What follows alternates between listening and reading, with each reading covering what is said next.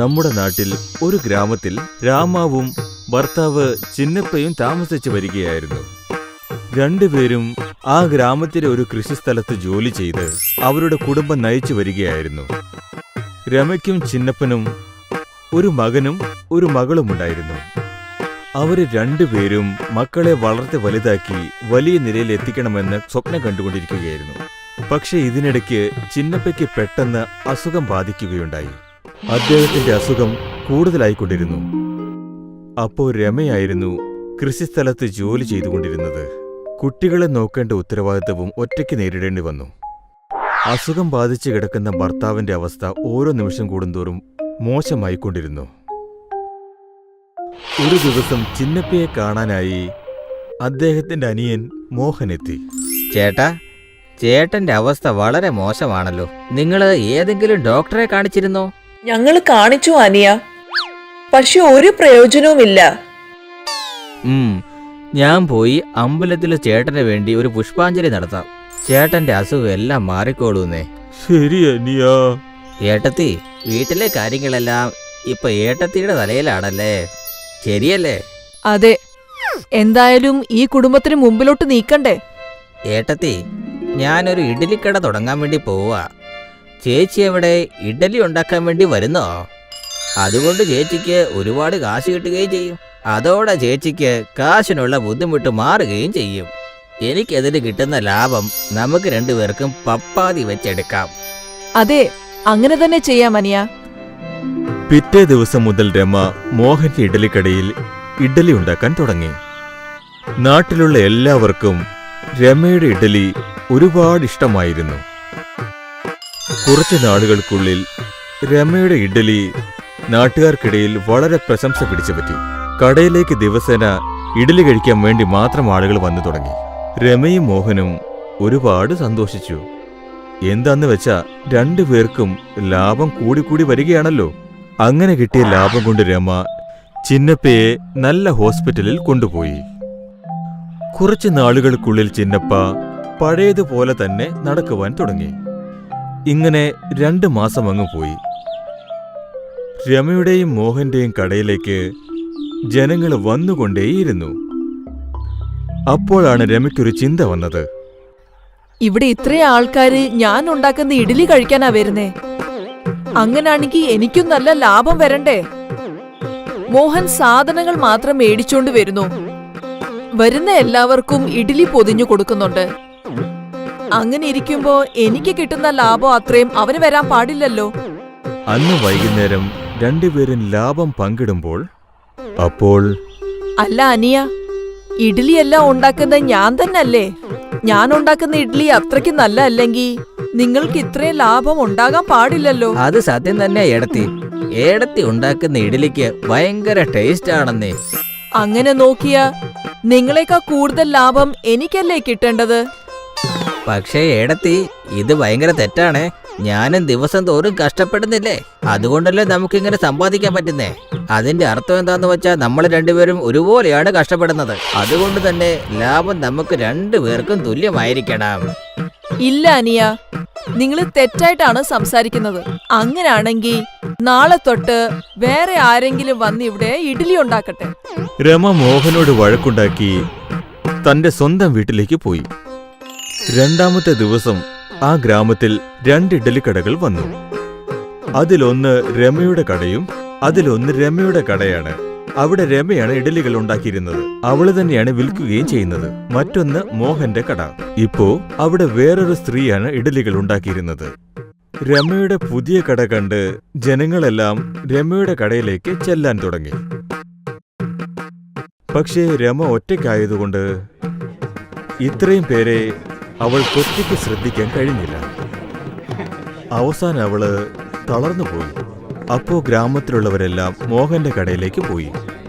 എന്താന്ന് വെച്ചാൽ മോഹൻ എപ്പോഴത്തെയും പോലെ തന്നെ വരുന്നവർക്കെല്ലാം വളരെ ഭംഗിയായി തന്നെ ഇഡ്ഡലി കൊടുത്തു. ഇങ്ങനെ കുറച്ച് ദിവസങ്ങൾ കൂടി കടന്നുപോയി. രമ നോക്കുമ്പോ ജനങ്ങളെല്ലാവരും മോഹന്റെ കടയിൽ പോയാണ് ഇഡ്ഡലി കഴിക്കുന്നത്. അപ്പോൾ രമ ഏകാന്തയായിരുന്ന് അയ്യോ, ഞാൻ എന്തിനാ ഇങ്ങനെയൊക്കെ ചെയ്തത്? ഞാൻ വിചാരിച്ചത് ഇഡ്ഡലി ഉണ്ടാക്കുന്ന ആളായിരിക്കും വലിയതെന്ന്. പക്ഷേ അങ്ങനല്ല. മോഹൻ വരുന്ന ആൾക്കാരോടെല്ലാം നല്ലോണം സംസാരിക്കുന്നു. ഞാൻ മോഹന്റെ കൂടെ തന്നെ ഉണ്ടായിരുന്നെങ്കിൽ ഇത്രയും സമയത്തിനുള്ളിൽ ഒരുപാട് കാശുണ്ടാക്കിയേനെ. ഞാൻ ഉണ്ടാക്കിയ ഈ ഇഡ്ഡലിയെ ആരും തിരിഞ്ഞു നോക്കിയതുപോലുമില്ല. രമയ്ക്ക് അവൾ ഉണ്ടാക്കുന്ന ഇഡ്ഡലിയിൽ ഭയങ്കര അഹങ്കാരമായിരുന്നു. പക്ഷെ അതിപ്പോൾ മാറി. ഇതിനാണ് പറയുന്നത്, അഹങ്കാരം എന്ന് പറയുന്നത് കണ്ണാടി പോലെയാണ്. അതെപ്പോൾ വേണമെങ്കിലും തകരാവുന്നതാണ്. അബ്ദുൾ ഒരു നല്ല പാചകക്കാരനായിരുന്നു. അയാൾക്ക് സുൽത്താൻ മിയയുടെ ഹോട്ടലിൽ തന്തൂരി ഉണ്ടാക്കുന്ന ജോലിയായിരുന്നു. എനിക്കൊരു തന്തൂരി പാർസലാക്കൂ. ഇപ്പൊ തരാം. അബ്ദുള്ളക്ക, നിങ്ങളുടെ കൈകൊണ്ട് ഉണ്ടാക്കുന്ന തന്തൂരി സൂപ്പറാണ്. ഞാൻ പല ഹോട്ടലുകളിലും തന്തൂരി കഴിച്ചിട്ടുണ്ട്. പക്ഷേ നിങ്ങളുടെ കൈപുണ്യം വേറെ ആർക്കും ഞാൻ കണ്ടിട്ടേയില്ല. നന്ദി. എന്റെ തന്തൂരി നിങ്ങൾക്ക് ഇഷ്ടപ്പെട്ടല്ലോ. എനിക്കത് കേട്ടാൽ മതി. അബ്ദുൾ വർഷങ്ങളായി ആ ഹോട്ടലിൽ ജോലി ചെയ്തുകൊണ്ടിരിക്കുന്നു. പ്രശ്നങ്ങളില്ലാതെ എല്ലാം നടന്നുകൊണ്ടിരുന്നു. പിന്നീട് ഒരു ദിവസം സുൽത്താൻ മിയയുടെ മകൻ അഫ്സൽ ഹോട്ടലിന്റെ ചുമതല ഏറ്റെടുത്തു. സാർ, നിങ്ങളുടെ ഹോട്ടലിലെ തന്തൂരി സൂപ്പറാണ്. ആ എനിക്കറിയാം. പല കസ്റ്റമേഴ്സും അബ്ദുള്ളയുടെ തന്തൂരിയെ കുറിച്ച് പറയുന്നുണ്ട്. അത് കേട്ടപ്പോൾ അബ്ദുൾ സന്തോഷിച്ചു. അഫ്സലിന്റെ മനസ്സിലുണ്ടായിരുന്ന കണക്കുകൂട്ടലുകളെ കുറിച്ച് അയാൾ അറിഞ്ഞിട്ടുണ്ടായിരുന്നില്ല. തന്തൂരി കൗണ്ടർ വലുതാക്കണമെന്ന് അഫ്സൽ തീരുമാനിച്ചിട്ടുണ്ടായിരുന്നു. വേറെയും ചില പാചകക്കാരെ അവിടെ നിയമിക്കണം എന്നും. അബ്ദുള്ളക്ക, നിങ്ങൾ വേറെയും 1-2 പേർക്ക് നിങ്ങളെപ്പോലെ തന്തൂരി ഉണ്ടാക്കാൻ പഠിപ്പിച്ചു കൊടുക്കണം. എന്താണെന്ന് വെച്ചാൽ, ഞാൻ തന്തൂരി കൗണ്ടർ വലുതാക്കാൻ പോവുകയാണ്. അപ്പോഴേ എനിക്ക് നിറയെ ഓർഡർ വരികയുള്ളൂ. തീർച്ചയായും ഞാൻ എല്ലാ പാചകക്കാരനും പറഞ്ഞു കൊടുക്കാം. അത് കേട്ട് അഫ്സൽ സന്തോഷിച്ചു. കുറച്ചു ദിവസത്തിനു ശേഷം തന്തൂരി കൗണ്ടർ വലുതായി. വേറെയും 2 പാചകക്കാരെ കൗണ്ടറിൽ നിയമിച്ചു, അൽത്താഫും അർബാസും. ഞാൻ ചെയ്യുന്നത് ശ്രദ്ധിച്ച് കണ്ടുപിടിക്കണം. എന്നെപ്പോലെ നന്നായി തന്തൂരി ഉണ്ടാക്കിയാൽ കസ്റ്റമേഴ്സ് നിങ്ങളെയും അഭിനന്ദിക്കും. അബ്ദുൾ 2 പേർക്കും തന്തൂരി രുചിയായിട്ടുണ്ടാക്കാൻ പഠിപ്പിച്ചു കൊടുത്തു. ചില ദിവസങ്ങൾക്കകം അവർ 2 പേരും തന്തൂരി നന്നായിട്ടുണ്ടാക്കാൻ പഠിച്ചു. എനിക്ക് വിശ്വാസമുണ്ട്, പകലിൽ ഈ ഹോട്ടലിൽ 2 മടങ്ങും രാത്രിയിൽ 4 മടങ്ങും ബിസിനസ് നടക്കും. നിങ്ങളുടെ വാക്ക് ബലിക്കട്ടെ അബ്ദുള്ളക്ക. അബ്ദുൾ നല്ല മനസ്സോടെ പുതിയ 2 പേർക്കും തന്തൂരി ഉണ്ടാക്കുന്നത് പഠിപ്പിച്ചു കൊടുത്തു. പക്ഷെ അഫ്സൽ വളരെ തന്ത്രശാലിയായിരുന്നു. അവന്റെ മനസ്സിൽ പണമുണ്ടാക്കണമെന്ന വിചാരമേ ഉണ്ടായിരുന്നുള്ളൂ. അതുകൊണ്ട് അവൻ ഒരു പുതിയ പോൾട്രിക്കാരനുമായി കച്ചവടം സംസാരിച്ചു. ആ പോൾട്രിക്കാരൻ ചത്തുപോയ കോഴികളെ കുറഞ്ഞ വിലയ്ക്ക് അഫ്സലിന് വിറ്റുകൊണ്ടിരുന്നു. അങ്ങനെ അഫ്സലിന്റെ വ്യാപാരം വർദ്ധിച്ചു. തന്തൂരി കൗണ്ടർ വലുതായതുകൊണ്ട് കസ്റ്റമേഴ്സും കൂടുതൽ വരാൻ തുടങ്ങി. എല്ലാം നന്നായി നടന്നുകൊണ്ടിരുന്നു. എന്നാൽ ഒരു ദിവസം അബ്ദുൾ പകലും രാത്രിയും ജോലി ചെയ്തുകൊണ്ടിരുന്നപ്പോൾ ഹോട്ടലിന്റെ ഉടമ സുൽത്താൻ അവിടേക്ക് വന്നു. മോനെ അഫ്സലെ, ഹോട്ടൽ എങ്ങനെ നടക്കുന്നു? നന്നായി നടക്കുന്നുണ്ട്. അതുപോട്ടെ, നീ കോഴി വാങ്ങുന്ന സ്ഥലം മാറ്റി എന്നാണല്ലോ കേട്ടത്. അതെ വാപ്പ, ഈ പുതിയ കോഴിക്കടക്കാരൻ കുറഞ്ഞ വിലയിൽ കോഴി സപ്ലൈ ചെയ്യുന്നുണ്ട്. അതെയോ? അതെങ്ങനെ? കാരണം അതെല്ലാം ചത്തുപോയ കോഴികളാണ് വാപ്പ. എന്റെ അള്ളാ, നീ എന്തിനാ ഈ അന്യായം ചെയ്യുന്നത്? ഇത് പാവമാണ്. അങ്ങനെയൊന്നും ചെയ്യരുത്. നമ്മൾ കൊടുക്കുന്ന തന്തൂരി കഴിച്ചിട്ട് ആർക്കെങ്കിലും സുഖമില്ലാതെ ആയാൽ അള്ളാവും നമുക്ക് ഒരിക്കലും മാപ്പ് തരില്ല മോനെ. അങ്ങനെയൊന്നും നടക്കില്ല വാപ്പ. എല്ലാ ഹോട്ടലുകാരും അങ്ങനെയാണ് ചെയ്യുന്നത്. എന്റെ ഫ്രണ്ട്സിന്റെ ഹോട്ടലിലൊക്കെ ഇതാണ് ചെയ്യുന്നത്. ഇതുവരെ ആർക്കും അസുഖം വന്നിട്ടില്ല, ഇനി വരാനും പോകുന്നില്ല. നിന്നെ ഉപദേശിക്കേണ്ടത് എന്റെ കടമയാണ്. അതിനുശേഷം നിന്റെ ഇഷ്ടം. ഇന്നു മുതൽ ഈ ഹോട്ടൽ നിന്റേതാണ്. ഇനി നീയാണ് മുതലാളി. നല്ലതോ ചീത്തയോ അതെല്ലാം നിന്റെ കയ്യിലാണ് ഉള്ളത്. എന്നാൽ ഞാൻ പോവാ. സുൽത്താൻ മിയ അവിടെ നിന്ന് പോയി. അവരുടെ സംഭാഷണം മുഴുവനും അബ്ദുൾ കേട്ടുകൊണ്ടിരിക്കുന്നുണ്ടായിരുന്നു. കുറച്ചു കഴിഞ്ഞപ്പോൾ അയാളും വീട്ടിലേക്ക് പുറപ്പെട്ടു പോയി. രാത്രി അബ്ദുൾ ആ കാര്യത്തെക്കുറിച്ച് ആലോചിച്ചുകൊണ്ടിരുന്നു. ജനങ്ങളുടെ ജീവൻ വെച്ച് കളിക്കുന്ന ഹോട്ടലിൽ ഇനി ഞാൻ ജോലി ചെയ്യാൻ പോകുന്നില്ല. ഇത് പാപമാണ്. പക്ഷെ ആ അഫ്സൽ ഞാൻ പറയുന്നത് കേൾക്കുന്നില്ല. അതുകൊണ്ട് ഞാൻ ആ ജോലി ഉപേക്ഷിക്കാൻ പോവുകയാണ്. സുൽത്താൻ ഹോട്ടലിലെ പാചകക്കാരന്റെ ജോലി ഉപേക്ഷിക്കണമെന്ന് അബ്ദുൾ തീരുമാനിച്ചു. അടുത്ത ദിവസം അയാൾ ഹോട്ടലിലേക്ക് ചെന്നു. നിങ്ങൾ സംസാരിച്ചതൊക്കെ ഞാൻ കേട്ടു. ഇനി ഇവിടെ ജോലി ചെയ്യാൻ എന്റെ മനസ്സ് അനുവദിക്കുന്നില്ല. ഞാൻ ഇവിടുത്തെ ജോലി വിടാൻ തീരുമാനിച്ചിരിക്കുന്നു. ആയിക്കോട്ടെ, നിങ്ങൾ എന്ത് വിചാരിച്ചു? നിങ്ങൾ പോയാൽ ഈ ഹോട്ടൽ അടച്ചിടുമെന്നോ? അത് നടക്കില്ല. പക്ഷെ നിങ്ങൾക്ക് വേറെ ഒരു ഹോട്ടലിലും ജോലി കിട്ടില്ല. അത് ഉറപ്പാ അബ്ദുള്ളക്ക. അങ്ങനെ ആയിക്കോട്ടെ, ജോലി ഇല്ലെങ്കിലും സാരമില്ല. ഇങ്ങനെ ആൾക്കാരെ പറ്റിച്ച് സമ്പാദിക്കാൻ ഇഷ്ടമല്ല. ഇങ്ങനെ പറഞ്ഞ് അബ്ദുൾ അവിടെ നിന്ന് പോയി. അയാൾ പല ഹോട്ടലുകളിലും ജോലി അന്വേഷിച്ചു കൊണ്ടിരുന്നു. പക്ഷെ അയാൾക്ക് എവിടെയും ജോലി കിട്ടിയില്ല. ഒരു ദിവസം മനസ്സ് തകർന്ന് അയാൾ സുഹൃത്തായ മുസ്തഫയുടെ സൈക്കിൾ ഷോപ്പിൽ ചെന്നിരുന്നു. എന്തു പറ്റി നിനക്ക്? ഇന്നും നിനക്ക് ജോലി കിട്ടിയില്ലേ? ഇല്ല സുഹൃത്തെ, എനിക്ക് എന്ത് ചെയ്യണമെന്ന് അറിയുന്നില്ല. തന്തൂരി ഉണ്ടാക്കുന്ന ജോലിയല്ലാതെ വേറെ ഒരു ജോലി അറിയില്ല. വേറെ ജോലി ചെയ്യാൻ നിന്നോട് ആരാ പറഞ്ഞേ? ഞാനൊരു കാര്യം പറയാം. നിനക്ക് സ്വന്തമായിട്ട് ഒരു തന്തൂരി കൗണ്ടർ ഓപ്പൺ ചെയ്താൽ എന്താ? എന്റെ അടുത്ത് അത്രയ്ക്കൊന്നും പണമില്ല. തന്തൂരിക്ക് വില അധികമാ. അത് മാത്രമല്ല, ഹോട്ടലും വേണ്ടേ? പിന്നെ അതിന് വാടക. അതിനെല്ലാം ഞാൻ എവിടെ പോകും? നിന്റെ എല്ലാ ചോദ്യങ്ങൾക്കും ഒരു മറുപടിയേ ഉള്ളൂ. നീ കുറച്ച് വെയിറ്റ് ചെയ്യ്. മുസ്തഫ 2 പഴയ ചക്രങ്ങൾ കൊണ്ടുവന്നു. അവയെ ഒരു കമ്പി കൊണ്ട് കൂട്ടിയിണക്കി. ഇതാ റെഡി ആയിട്ടുണ്ട്. എന്താ അത്? പറഞ്ഞു തരാം. മുസ്തഫയുടെ പക്കൽ ഒരു നല്ല വണ്ടി റെഡിയായി. അയാൾ വീലുകൾക്ക് മേലെ ഒരു പലക ഘടിപ്പിച്ചു. എന്നിട്ട് ആ തന്തൂർ ഉന്തുവണ്ടിയിൽ വെച്ചു. ഇപ്പോൾ ഇതിന്റെ അടിയിൽ കൽക്കരി വെച്ച് കത്തിക്ക്. എന്നിട്ട് ഇതിന്റെ മുകളിൽ തന്തൂരി ഉണ്ടാക്കാം. ആ, വളരെ നന്നായിട്ടുണ്ടല്ലോ. ഈ ഐഡിയ എങ്ങനെ കിട്ടി? നിന്നെ സഹായിക്കണമെന്ന് വിചാരിച്ചപ്പോ ഒരു ഐഡിയ താനേ കിട്ടി. വളരെ നന്ദി സുഹൃത്തെ. അടുത്ത ദിവസം മുതൽ മുസ്തഫ ഉന്തുവണ്ടിയിൽ തന്തൂരി വിൽക്കാൻ ആരംഭിച്ചു. മുസ്തഫ തന്തൂരി ഉണ്ടാക്കുന്നതിൽ സമർത്ഥനായിരുന്നു. ഹോട്ടൽ ഇല്ലാത്തതുകൊണ്ട് അയാൾ തന്തൂരിയുടെ വില വളരെ കുറച്ചു. മുസ്തഫയുടെ ഉന്തുവണ്ടിയിൽ നടത്തിക്കൊണ്ടിരുന്ന തന്തൂരി കടയിൽ എപ്പോഴും ജനങ്ങൾ കൂട്ടം കൂട്ടമായി വന്നു. എന്നാൽ സുൽത്താൻ ഹോട്ടൽ ഫുഡ് ഓഫീസർ അടച്ചു. കൂടാതെ ചത്തുപോയ കോഴികളെ പാചകം ചെയ്ത കാരണത്താൽ ഹോട്ടൽ സീൽ വെച്ചു. അഫ്സലിനെ ജയിലിൽ അടച്ചു. ഇതായിരിക്കും ദൈവത്തിന്റെ നിയമം. നന്മ ചെയ്താൽ നല്ലത് നടക്കും, തിന്മ ചെയ്താൽ തിന്മ നടക്കും. സത്യത്തിനെന്നും 16 വയസ്സാണെന്ന് പറയുന്നത് ഇതുകൊണ്ടാണ്. അബ്ദുൾ ഒരു നല്ല പാചകക്കാരനായിരുന്നു. അയാൾക്ക് സുൽത്താൻ മിയയുടെ ഹോട്ടലിൽ തന്തൂരി ഉണ്ടാക്കുന്ന ജോലിയായിരുന്നു. എനിക്കൊരു തന്തൂരി പാർസലാക്കൂ. ഇപ്പൊ തരാം. അബ്ദുള്ളക്ക, നിങ്ങളുടെ കൈകൊണ്ട് ഉണ്ടാക്കുന്ന തന്തൂരി സൂപ്പറാണ്. ഞാൻ പല ഹോട്ടലുകളിലും തന്തൂരി കഴിച്ചിട്ടുണ്ട്. പക്ഷേ നിങ്ങളുടെ കൈപുണ്യം വേറെ ആർക്കും ഞാൻ കണ്ടിട്ടേയില്ല. നന്ദി. എന്റെ തന്തൂരി നിങ്ങൾക്ക് ഇഷ്ടപ്പെട്ടല്ലോ. എനിക്കത് കേട്ടാൽ മതി. അബ്ദുൾ വർഷങ്ങളായി ആ ഹോട്ടലിൽ ജോലി ചെയ്തുകൊണ്ടിരിക്കുന്നു. പ്രശ്നങ്ങളില്ലാതെ എല്ലാം നടന്നുകൊണ്ടിരുന്നു.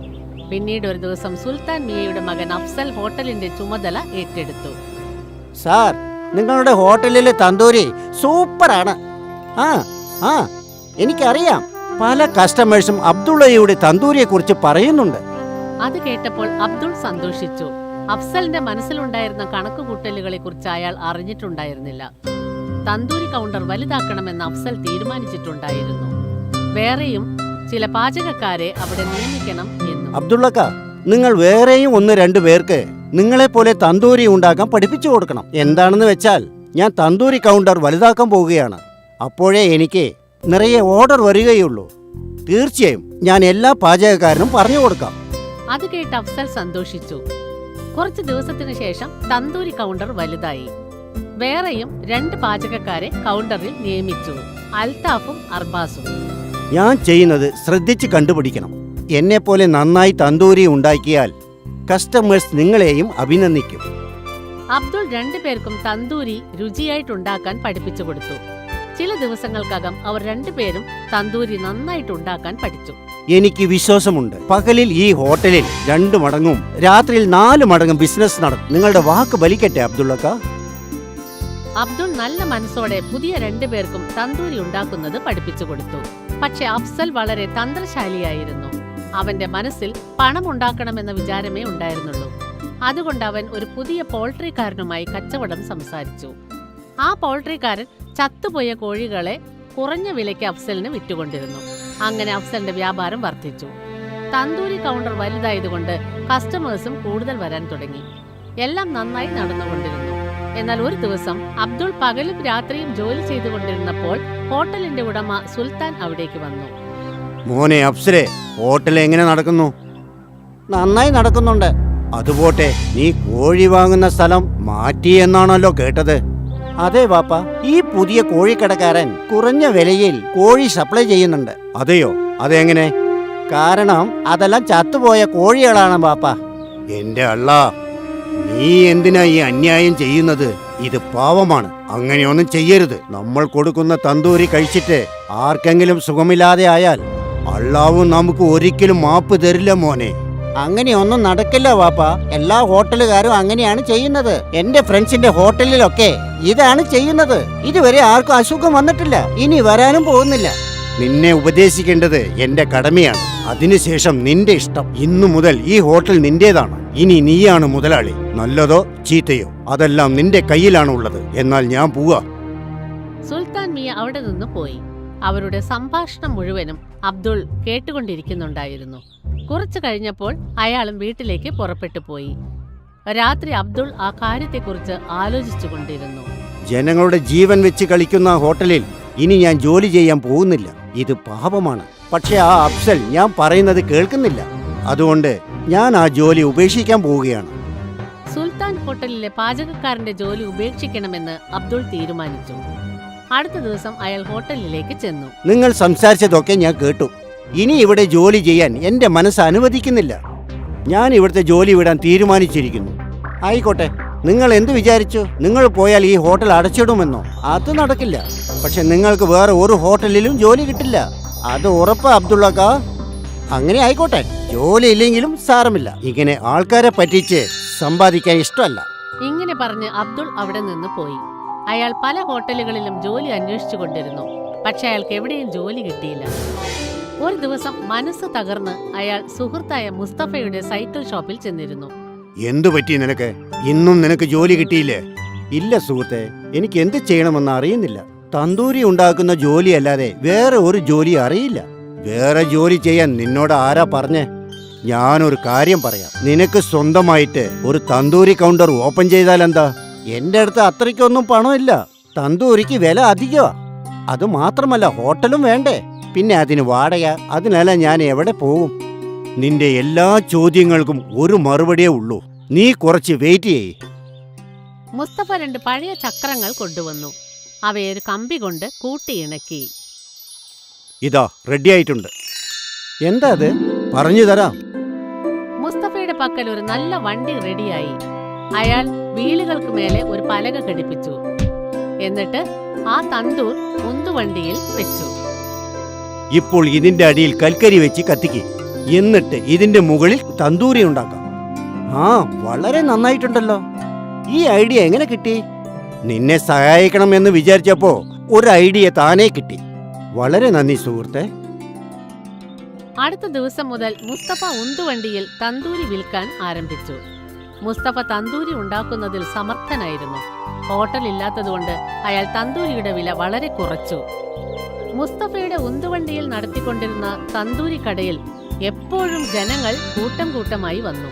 എന്നാൽ സുൽത്താൻ ഹോട്ടൽ ഫുഡ് ഓഫീസർ അടച്ചു. കൂടാതെ ചത്തുപോയ കോഴികളെ പാചകം ചെയ്ത കാരണത്താൽ ഹോട്ടൽ സീൽ വെച്ചു. അഫ്സലിനെ ജയിലിൽ അടച്ചു. ഇതായിരിക്കും ദൈവത്തിന്റെ നിയമം. നന്മ ചെയ്താൽ നല്ലത് നടക്കും, തിന്മ ചെയ്താൽ തിന്മ നടക്കും. സത്യത്തിനെന്നും 16 വയസ്സാണെന്ന് പറയുന്നത് ഇതുകൊണ്ടാണ്.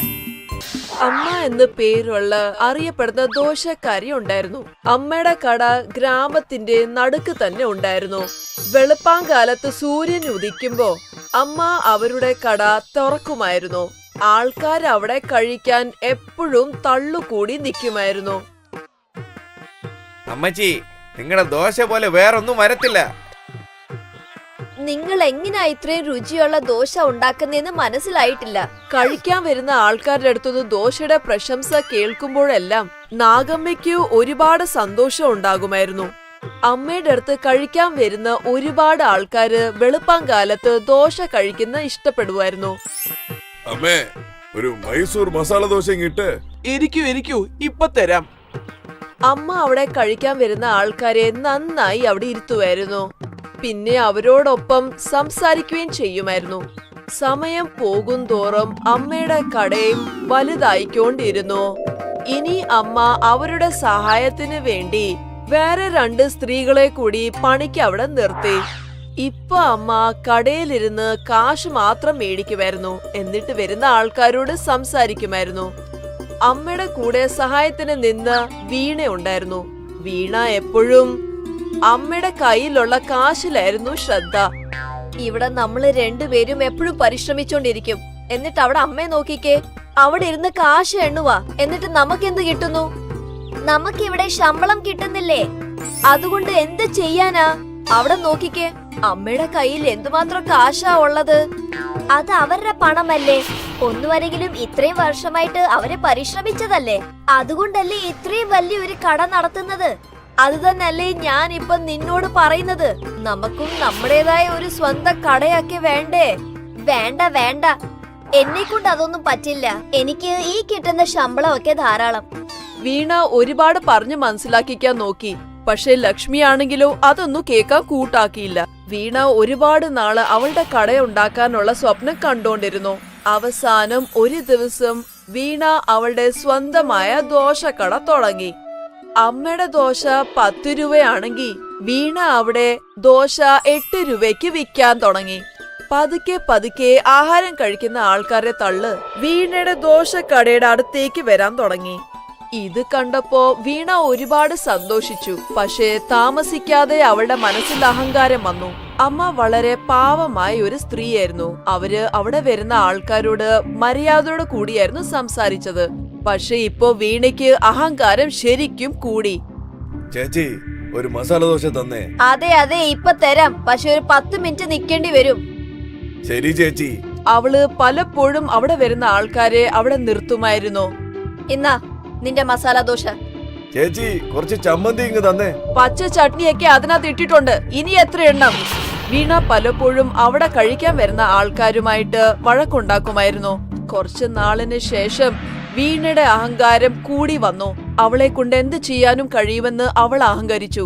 എന്ത് ചെയ്താലും ആൾക്കാർ അവിടെ തന്നെ വരുമെന്ന് വിശ്വസിച്ചു. കാരണം എന്റെ വില ഇവിടെ കുറവാണല്ലോ. അതുകൊണ്ട് കഴിക്കാൻ വരുന്ന ആൾക്കാര് എന്റെ കടയിൽ മാത്രമേ വരൂ. എല്ലാ ദിവസവും പുലർച്ചയ്ക്ക് 6 മണിക്ക് കട തുറന്ന് ഞാൻ ക്ഷീണിച്ചു പോയി. ഒരു പണി ചെയ്യാം, നാളെ തൊട്ട് രാവിലെ 7:30 തുറക്കാം. ആൾക്കാര് കുറച്ചു നേരം കാത്തിരുന്നു വെച്ച് കുഴപ്പമൊന്നുമില്ല. എനിക്ക് കുറച്ചു നേരം അധികം ഉറങ്ങാമല്ലോ. ഇനി അടുത്ത രാവിലെ എല്ലാ ദിവസവും പോലെ അമ്മയുടെ കട തുറന്നു. പക്ഷേ വീണയുടെ കട ഇപ്പോഴും മൂടിയിട്ടുണ്ട്. ഇത് കണ്ട് കഴിക്കാൻ വന്ന ആൾക്കാര് അമ്മയുടെ കടയിലേക്ക് പോയി. കടയിൽ നിന്ന ആൾക്കൂട്ടം കണ്ട് അമ്മ അവരുടെ ബുദ്ധി ഉപയോഗിച്ചു. എന്നിട്ട് അവിടെ കിട്ടുന്ന ദോശയുടെ വില 8 രൂപയാക്കി മാറ്റി. രാവിലെ വീണ 7:30 കട തുറന്നു. എപ്പോഴും കഴിക്കാൻ വരുന്ന ആൾക്കാർ അവിടെ എത്തിയപ്പോ 2 കടയിലും ദോശയുടെ വില 8 രൂപയാണ് കണ്ടത്. അടാ, അമ്മച്ചി വിലയെല്ലാം കുറച്ചിരിക്കുന്നു. അമ്മയുടെ അടുത്ത് ദോശ കഴിച്ചിട്ട് ഒരുപാട് നാളായി.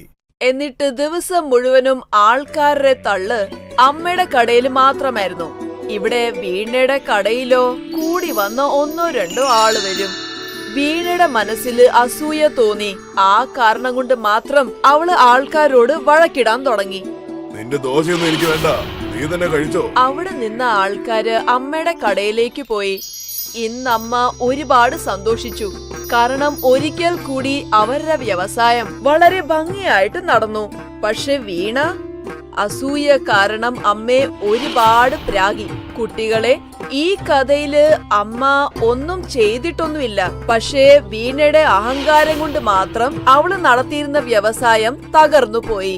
വീണ ആദ്യം തന്നെ ആൾക്കാരുമായിട്ട് നന്നായി ഇടപെട്ട് അഹങ്കാരം ഇല്ലാതെ സംസാരിച്ചാൽ അവളുടെ വ്യവസായം ഇന്ന് നന്നായിട്ട് നടന്നുപോയേനെ. അതുകൊണ്ടാണ് പറയുന്നത്, അഹങ്കാരം മനുഷ്യനെ തകർക്കുക മാത്രമേ ചെയ്യൂ.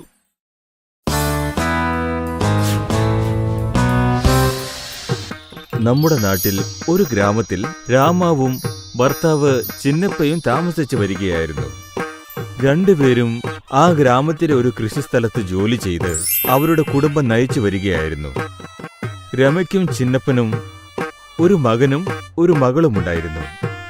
അവര് രണ്ടുപേരും മക്കളെ വളർത്തി വലുതാക്കി വലിയ നിലയിൽ എത്തിക്കണമെന്ന് സ്വപ്നം കണ്ടുകൊണ്ടിരിക്കുകയായിരുന്നു. പക്ഷെ ഇതിനിടയ്ക്ക് ചിന്നപ്പയ്ക്ക് പെട്ടെന്ന് അസുഖം ബാധിക്കുകയുണ്ടായി. അദ്ദേഹത്തിന്റെ അസുഖം കൂടുതലായിക്കൊണ്ടിരുന്നു. അപ്പോ രമയായിരുന്നു കൃഷിസ്ഥലത്ത് ജോലി ചെയ്തുകൊണ്ടിരുന്നത്. കുട്ടികളെ നോക്കേണ്ട ഉത്തരവാദിത്വവും ഒറ്റയ്ക്ക് നേരിടേണ്ടി വന്നു. അസുഖം ബാധിച്ചു കിടക്കുന്ന ഭർത്താവിന്റെ അവസ്ഥ ഓരോ നിമിഷം കൂടുന്തോറും മോശമായിക്കൊണ്ടിരുന്നു. ഒരു ദിവസം ചിന്നപ്പയെ കാണാനായി അദ്ദേഹത്തിന്റെ അനിയൻ മോഹൻ എത്തി. ചേട്ടാ, ചേട്ടന്റെ അവസ്ഥ വളരെ മോശമാണല്ലോ. നിങ്ങൾ ഏതെങ്കിലും ഡോക്ടറെ കാണിച്ചിരുന്നോ? ഞങ്ങൾ കാണിച്ചു അനിയ, പക്ഷെ ഒരു പ്രയോജനവുമില്ല. ഞാൻ പോയി അമ്പലത്തിലെ ചേട്ടന് വേണ്ടി ഒരു പുഷ്പാഞ്ജലി നടത്താം. ചേട്ടന്റെ അസുഖം എല്ലാം മാറിക്കോളൂന്നേ. ശരി അനിയ. ഏട്ടത്തി, വീട്ടിലെ കാര്യങ്ങളെല്ലാം ഇപ്പൊ ഏട്ടത്തിയുടെ തലയിലാണല്ലേ, ശരിയല്ലേ? അതെ, എന്തായാലും ഈ കുടുംബത്തിന് മുമ്പിലോട്ട് നീക്കണ്ടേ? ഏട്ടത്തി, ഞാനൊരു ഇഡ്ഡലിക്കട തുടങ്ങാൻ വേണ്ടി പോവാ. ചേച്ചി എവിടെ ഇഡ്ഡലി ഉണ്ടാക്കാൻ വേണ്ടി വരുന്നോ? അതുകൊണ്ട് ചേച്ചിക്ക് ഒരുപാട് കാശ് കിട്ടുകയും ചെയ്യും. അതോടെ ചേച്ചിക്ക് കാശിനുള്ള ബുദ്ധിമുട്ട് മാറുകയും ചെയ്യും. എനിക്കതിന് കിട്ടുന്ന ലാഭം നമുക്ക് രണ്ടുപേർക്കും പപ്പാതി വെച്ചെടുക്കാം. അതെ, അങ്ങനെ തന്നെ ചെയ്യാം അനിയ. പിറ്റേ ദിവസം മുതൽ രമ മോഹന്റെ ഇഡലിക്കടയിൽ ഇഡ്ഡലി ഉണ്ടാക്കാൻ തുടങ്ങി. നാട്ടിലുള്ള എല്ലാവർക്കും രമയുടെ ഇഡലി ഒരുപാട് ഇഷ്ടമായിരുന്നു. കുറച്ചു നാളുകൾക്കുള്ളിൽ രമയുടെ ഇഡ്ഡലി നാട്ടുകാർക്കിടയിൽ വളരെ പ്രശംസ പിടിച്ചുപറ്റി. കടയിലേക്ക് ദിവസേന ഇഡ്ഡലി കഴിക്കാൻ വേണ്ടി മാത്രം ആളുകൾ വന്നു തുടങ്ങി. രമയും മോഹനും ഒരുപാട് സന്തോഷിച്ചു.